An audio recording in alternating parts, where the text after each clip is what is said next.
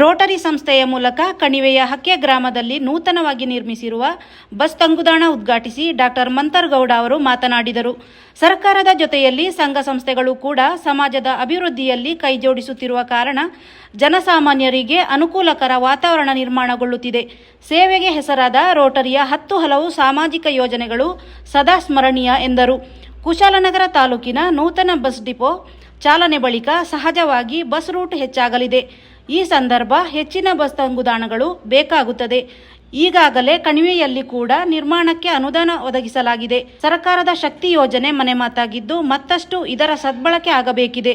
ತಂಗುದಾಣಗಳಲ್ಲಿ ಸ್ವಚ್ಛತೆ ಕಾಪಾಡುವಂತೆ ಶಾಸಕರು ಕೋರಿದರು. ಕುಶಾಲನಗರ ರೋಟರಿ ಅಧ್ಯಕ್ಷ ಮನು ಪೆಮ್ಮಯ್ಯ ಮಾತನಾಡಿ, ಮಾರ್ಗದಲ್ಲಿ ಹೆದ್ದಾರಿ ನಿರ್ಮಾಣ ಸಂದರ್ಭ ಹಲವು ತಂಗುದಾಣಗಳು ನೆಲಸಮಗೊಳಿಸಿ ಪುನರ್ ನಿರ್ಮಿಸಿರಲಿಲ್ಲ.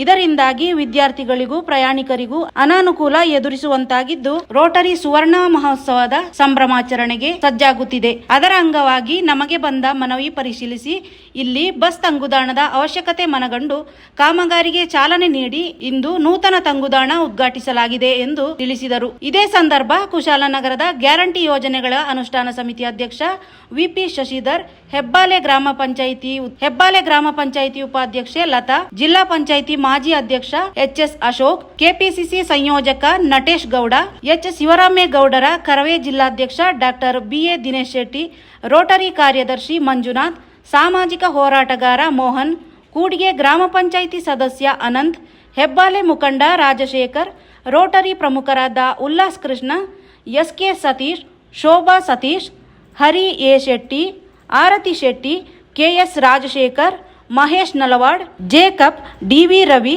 ರಂಗಸ್ವಾಮಿ ಸೇರಿದಂತೆ ಗ್ರಾಮದ ಪ್ರಮುಖರು ಇದ್ದರು.